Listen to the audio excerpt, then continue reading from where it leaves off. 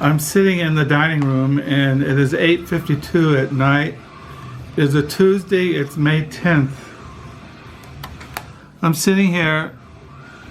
I made a video earlier about that book, Paris Vagabond. So much was not said in the Paris Vagabond about the book.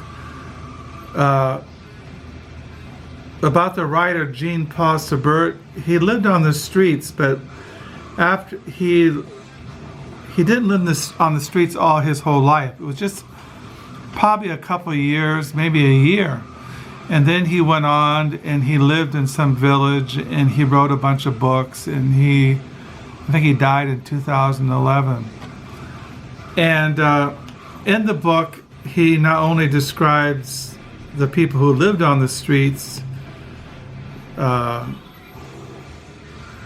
all kinds of people, prostitutes, rag pickers, drunkards, but he also mentions something that was brought out in this book, The Other Paris, that I'm reading tonight, that there was all kinds of people.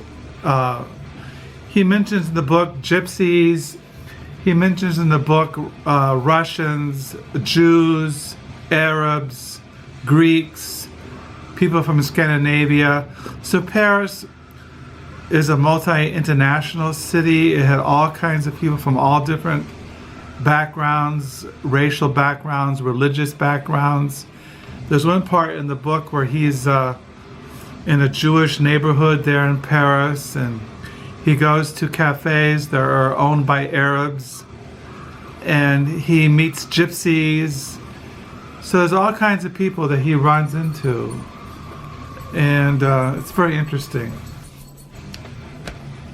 So yeah, I mentioned that I read this morning the Romans commentary on Epistle of Romans, and I read Paris Vagabond, but I have been reading this evening The Other Paris, which I'm really enjoying, and I highly recommend it. I mentioned I went to a thrift store today, and I did find a book today on Paris, of all things. It's called A Place in the World Called Paris, edited by Stephen Barclay, illustrated by Miles Hyman, foreword by Susan Sontag. What this is, it says Paris as seen by 20th century's greatest writers like Albert Camus, E.B. White, Ernest Hemingway. Just goes on and on. George Orwell, Gertrude Stein, Catherine Mansfield, James Baldwin, Paul Bowles, Sylvia Beach, T.S. Eliot. Just goes on and on. And so I picked this up today. Another book added to my Paris collection. And I mentioned I got a book in the mail today. This is the book I got in the mail today. Roberto Bellino's Nazi Literature in the Americas, which says here, Nazi literature in America presents itself as an encyclopedia of extremely right-wing writers, composed of short bibliographies of imaginary pan-American authors. The nations with the most representatives are Argentina with 8 and USA with 7. Nazi literature describes in 14 thematic sections the writer's lives, politics, and literary works. It includes bibliographies, cross-references, and epilogue for monsters.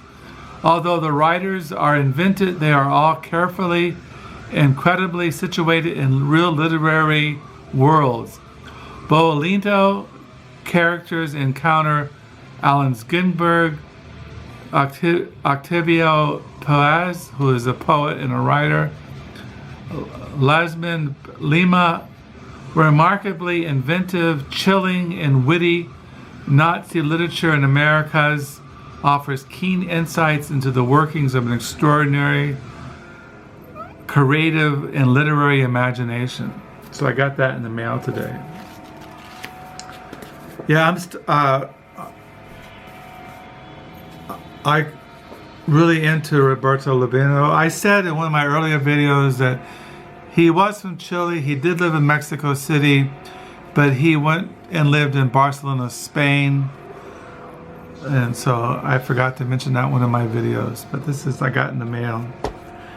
And I'm still reading, now that I finished Pear's Vagabond, I want to finish this book I checked out of the library Saturday, In the Cafe of Lost Youth by Patrick Molino, translated from the French by Chris Clark.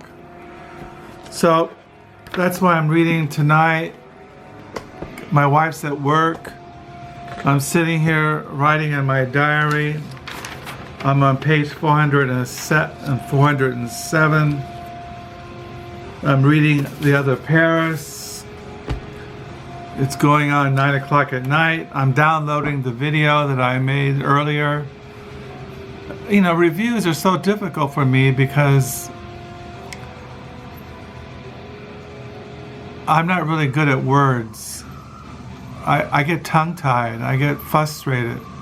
My mind gets overloaded, and I think one of the reasons is that I'm not educated. Even though I went to college and seminary, I'm not really an educated person. I read a lot, but I'm not good at explaining things. I'm not good at articulating ideas or explaining things.